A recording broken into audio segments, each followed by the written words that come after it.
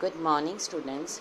Today I am going to continue my lecture for Plus 2 Arts Political Science. Name of the chapter is International Organization. Yesterday we have studied about different organs of international organization. Now let us discuss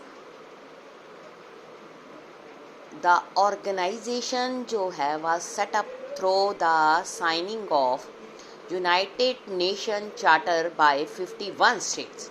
ठीक है, 51 state ने इसको sign किया.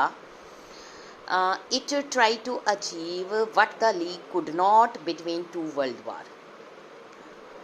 United Nation का main objective था international companies को prevent करना, और जो डिफरेंट स्टेट्स ने इंटरनेशनल ऑर्गेनाइजेशन को ज्वाइन किया था उनके बीच में कोऑपरेशन को फैसिलिटेट करना.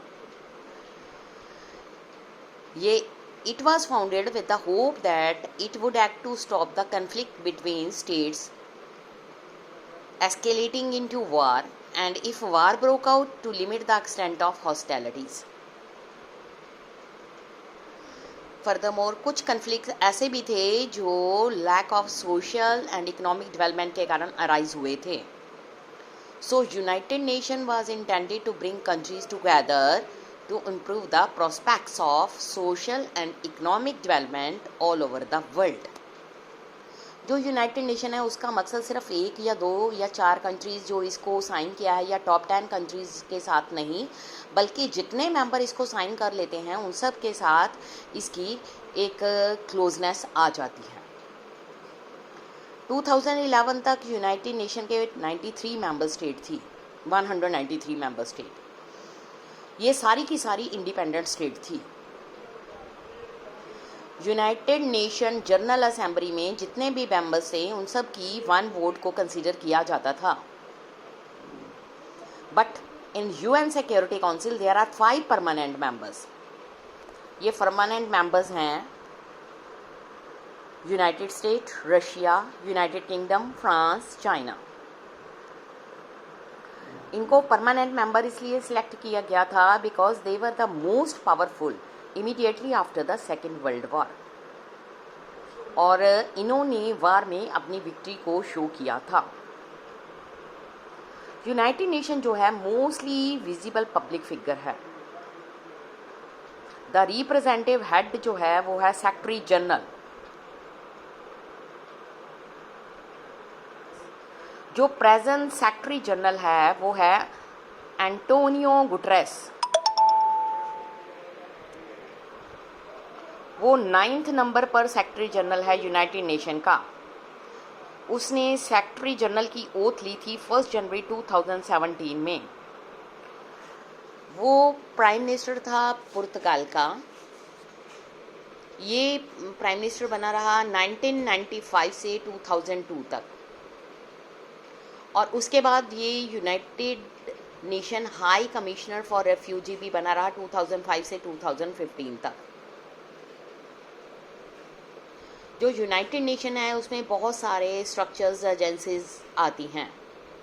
वार, peace, difference between member states, इसको जनरल असेंबली में डिस्कस किया जाता है, as well as the security council में भी इसकी डिस्कशन की जाती है. सोशल एंड इकोनॉमिक इश्यूज जो है उनकी डीलिंग होती है कुछ special agencies like world health organisation WHO, United Nation development program UNDP, United Nation human right commissions UNHRC, United Nation high commission for refugees UNHCR, United Nation children fund UNICEF, United Nation educational scientific cultural organisation. ये थे कुछ ऐसी organisation जो आपस में discuss करती हैं different conflicts को, और बहुत जो पूरे ग्लोबल लेवल पर होती है, और सिंगल कंट्री इसमें पार्टिसिपेट नहीं करती. Reforms of UN after the Cold War. Reforms and improvement, these are the fundamental to any organization to serve the needs of change in environment. But United Nations is an exception. Recent years में there have been demands for reforms in the world body.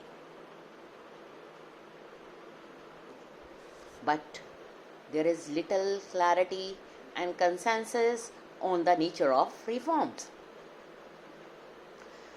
जो दो basic reforms हैं जिसको United nation को face करना था वो थे reforms of organisation structures and processes, review of issue that fall within the adjudication of organisation. Everyone जो है एग्री था बोथ एस्पेक्ट्स ऑफ रिफॉर्म जो बहुत ज़्यादा नेसेसरी थे.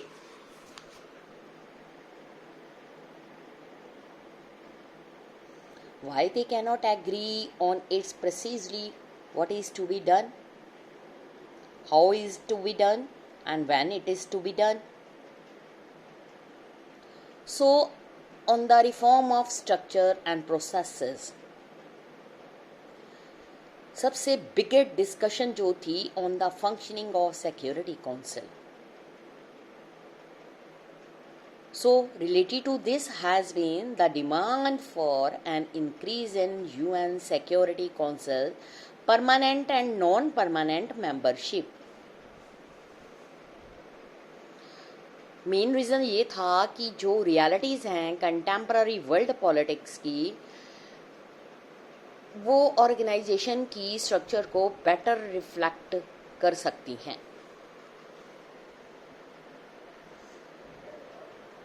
In particular, there are proposals to increase membership from Asia, Africa and South America. Beyond this, US, other Western countries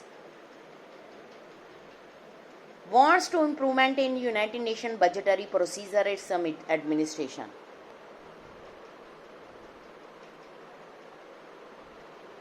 so in issues के according greater priority जो थी वो UN के under responsibility provide कर दी गई. कुछ countries and experts want the organisation to play a greater और मोर इफेक्टिव रोल. किसमें? पीस एंड सिक्योरिटी मिशंस में. बट जो अदर कंट्रीज थी वो चाहती थी कि इसका जो रोल है कन्फाइंड रहे development and humanitarian work. Humanitarian work में आता था health, education, environment, population control, human right, gender, social justice. So to discuss about these politics let us discuss both set of reforms. It means reform of structures and processes. जो UN था immediately established after 1945 यानी कि after the Second World War. ये था कुछ discussion जो मैंने start किया है अभी reform of UN after the cold war. अब ये रिफॉर्म कैसे प्ले किए जाएंगे, कैसे डिस्कशन हुई, इन सब के बारे में हम कल अपने लेक्चर में आगे कंटिन्यू करेंगे. Different reforms done by United Nations Organization for the whole world. Thank you, students.